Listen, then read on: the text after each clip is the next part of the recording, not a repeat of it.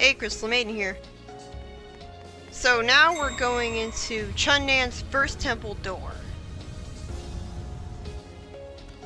And again, I really like these platforming sections. For the most part, they're entirely focused on the platforming. There's no boring combat that pads it out. They're how the Werehog levels should have been. Again, it's so obvious that there's an invisible wall there or something. And it's not very intuitive. Like, that metal wall, that metal floor doesn't...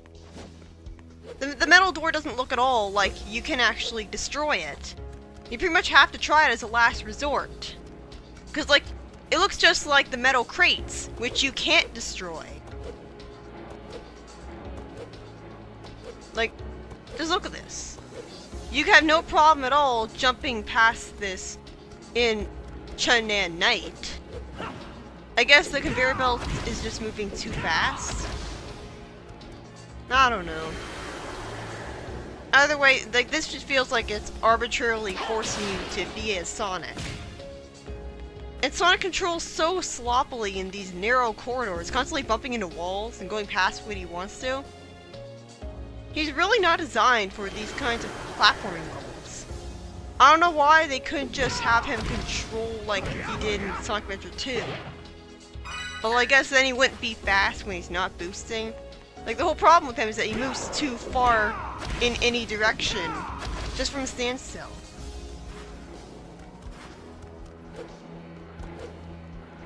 So, I found out a lot of different things about the Werehog just before the next level in the game. This is mainly because I did a whole bunch of playing missions to grind for metal so that I could get access to the next temple door at Chun-Nan. As a result, I was able to play some of the tutorials for the Werehog that actually weren't forced on me. One of the tutorials is the Unleash tutorial, which Chip tells you about, which really makes me wonder why they didn't just have that as one of the forced tutorials in the first place. And the annoying thing about the Unleash tutorial, it doesn't even tell you that much about it. It tells you that your attacks get stronger. Like, yeah, no shit. It doesn't tell you that you do different attacks with the same controls. Or at least different animations anyways. Something I discovered about the Unleash mode is that if you go Unleash near an enemy, it'll actually stun them for a little while. Which is pretty cool. It gives a good emphasis to how powerful the Unleash form is. But yeah, another thing that the Werehog tutorials teach you is that there's actually an attack where you can press L or R when you're carrying an enemy, and you can slam it on the ground or slam it into other enemies. But how was I supposed to know that I even could do that? Like, I think I remembered seeing it being done in the HD version, but that was the HD version. How was I supposed to know that that was something I could do in the Wii version? And that tutorial doesn't even show you how much damage it does. So, the tutorial isn't really doing a good job of advertising the move in the first place. So, yeah. The most useful tutorial for the Werehog is easily the one for Earthshaker. Basically, it's because it actually explains how you're supposed to do it. You do a special attack after the 4th hit in a combo. That's how you do the move where you constantly slam onto the ground with your arms. Which I think is the best attack in the game. The problem is that how are you supposed to consistently get to the 4th hit in a combo? Like, one of the main things that you're doing when you fight in this game is constantly readjusting your position so that Sonic is always facing the enemies. Because you don't want him to not face them and miss. And plus, all of his attacks has a little bit of forward momentum, so he'll go forwards a little. And so, by like the 4th hit in a combo, he might not even be facing the enemy anymore. So it's kind of luck-based to even get to the 4th hit in a combo. And there's one Werehog tutorial that expects you to get to the 5th hit, although you can somehow still beat it despite failing at that. Anyways, this is the best boss in the game. No joke! This is the best boss in the game. You just attack it. Just do a bunch of combos and you'll be fine. His attacks are pretty easy to get. Like, I don't know, sometimes they're easy to dodge and sometimes they're impossible to dodge. Especially the lightning attack. You always have to wait a really long time. Like, there's always this cutscene right before he does it. And at least there are warning spears on the ground to show you where the lightning's gonna appear. But they appear so fast, it's pretty easy to get hit by them and get stunned by them. But this really isn't that bad. He has a ridiculous amount of knockback, but he does surprisingly small amount of damage. So just keep attacking him. I guess you should attack him from the back. That attack just sent at you so fast. Like, it's telegraphed, but he just sends it out at you so surprisingly quickly considering the amount of time that he spends not doing anything before doing it. Despite all the amount of times that I'm getting stunned by him, it's easily the best boss in the game. Like, I got an S rank on the first try, and it doesn't even last that long. The HD version forces you to push blocks constantly while the monsters try to annoy you. But the Wii version is fine. The Werehog easily has the best bosses in the game because they aren't padded out to a ridiculous extent. In general, I like the music for the night stages. I like Shamar Night. I like Adabat Night with its beautiful piano piece. I like Chun-Nan Night, I guess. And I definitely like Spagonia Night with the... Like, it seems to have the music of Spagonia Night's hub world, but it has this cool little guitar theme or whatever that adds to it, makes it better. So, I like the night music. It's just that I don't really think that it should be, but I don't think that jazz music is entirely suited to a Sonic game, and especially not to the Werehog, who looks basically edgy to hedgy, with a deep monstrous voice and design, and yet he's got jazz music associated with him. Like, I don't know. It sounds good though. It's just that because it's jazz, it doesn't really suit a Sonic game to the point where I consider Unleashed soundtrack to be in general even close to measuring up to the adventure games. And the day stages have pretty meh songs overall. Alaska and Shamar are the only ones that make me smile. So, on sheer principle of that, I don't really like the soundtrack all that much. But yeah, see, I got an S rank on the first try. This is such a great boss. Not really want to replay, cause fuck the bosses in this game, but still.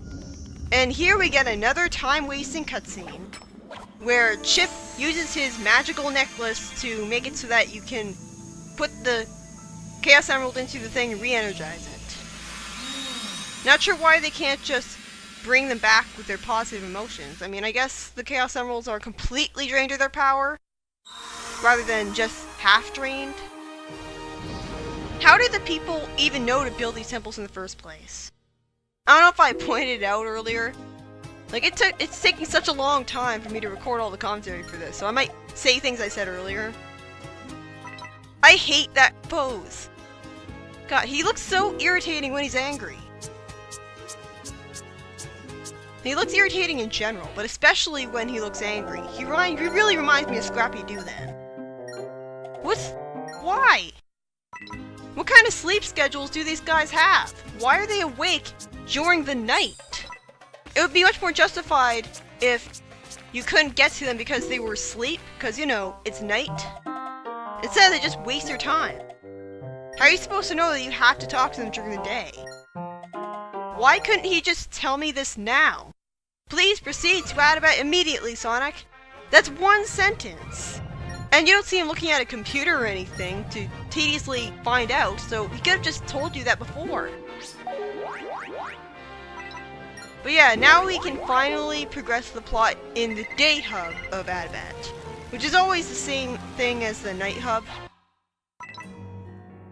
And this is another part that blatantly pads out the game, because in order to get the tablet that lets you get to the day level, you have to talk to a woman, and then she doesn't give you anything.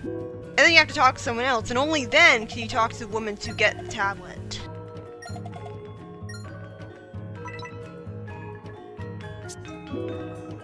Yeah, like this is pretty dull, to be honest.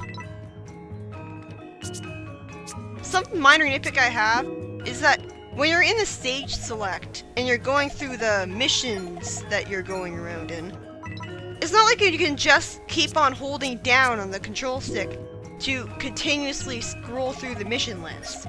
You have to press down every single time. I don't understand how Sonic Unleashed screws up navigating a menu. Like, how do you do that? That combined with the fact that you seem to go in a random direction whenever you try to walk around, whenever you try to go from one location in the hub world to the next. I don't know. It feels like they really expected to use pointer controls. Right before I went into Adabat Day, I did a whole bunch of missions. Like, not only did I do all the Werehog tutorials, but I also did a bunch of missions for Apotos Day. And I went back to a bunch of previous Werehog levels in order to get items, like get all of the cutscenes that I failed to record so that I could record them again. As a result, I was able to grind enough medals to get access to this room. And this room is pretty cool. This is the first, and probably the only, platforming level where... It's the only platforming section where you have an enemy in a Gaia Gate. Like, that's weird. These guys are perfectly harmless, though. And see? That's the attack. I'm really glad that I was able to show that off.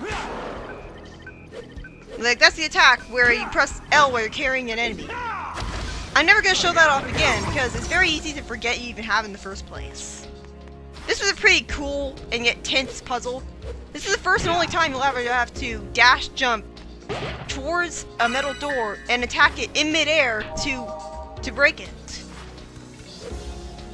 Like, it really takes advantage of the fact that Sonic inexplicably stops falling when he attacks in midair.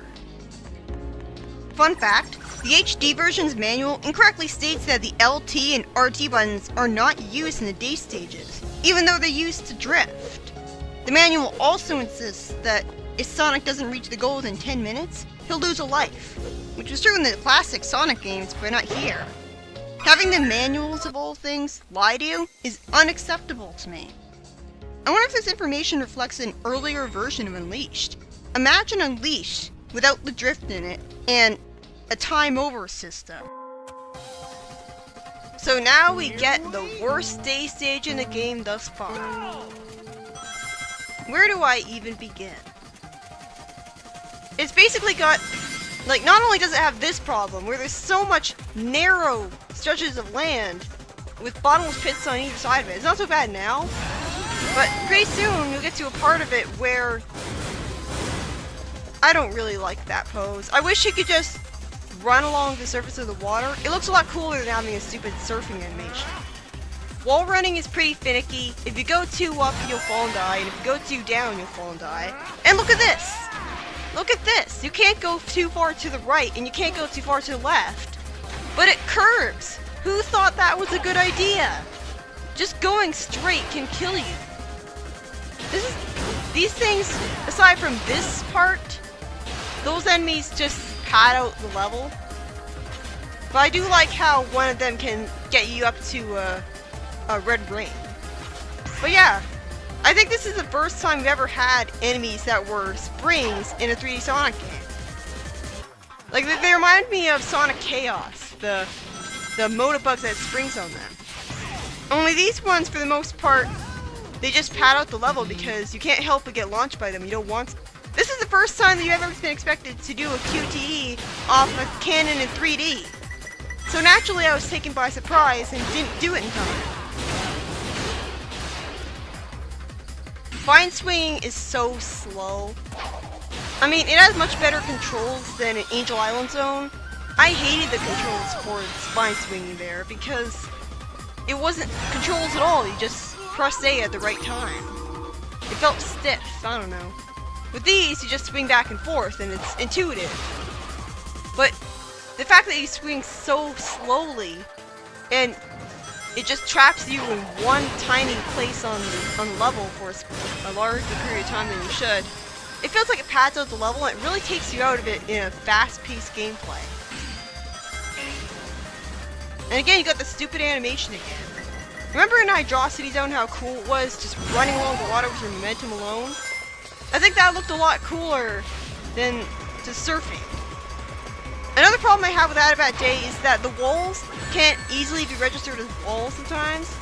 Because just like in Rooftop Run, they're multicolored, and this time, especially in the bridge section, you've got tiny fences. So it's harder for you to instantly register that they're walls. Like here, it's just fine because you've got these big arrows that you can see from a distance that warn your brain for multiple seconds ahead of time that you should drift. At least it's not like in... God, I hate those bombs! It's so easy to get hit by them. The flying enemies just randomly drop them. It's like Radical Highway all over again. I like the aesthetic of this level. The music is forgettable, but the aesthetic is really good. It's really beautiful looking. Although Sonic kind of looks... The game kind of looks unfinished when Sonic falls into the water because he doesn't look like he gets wet at all. That's a really weird looking...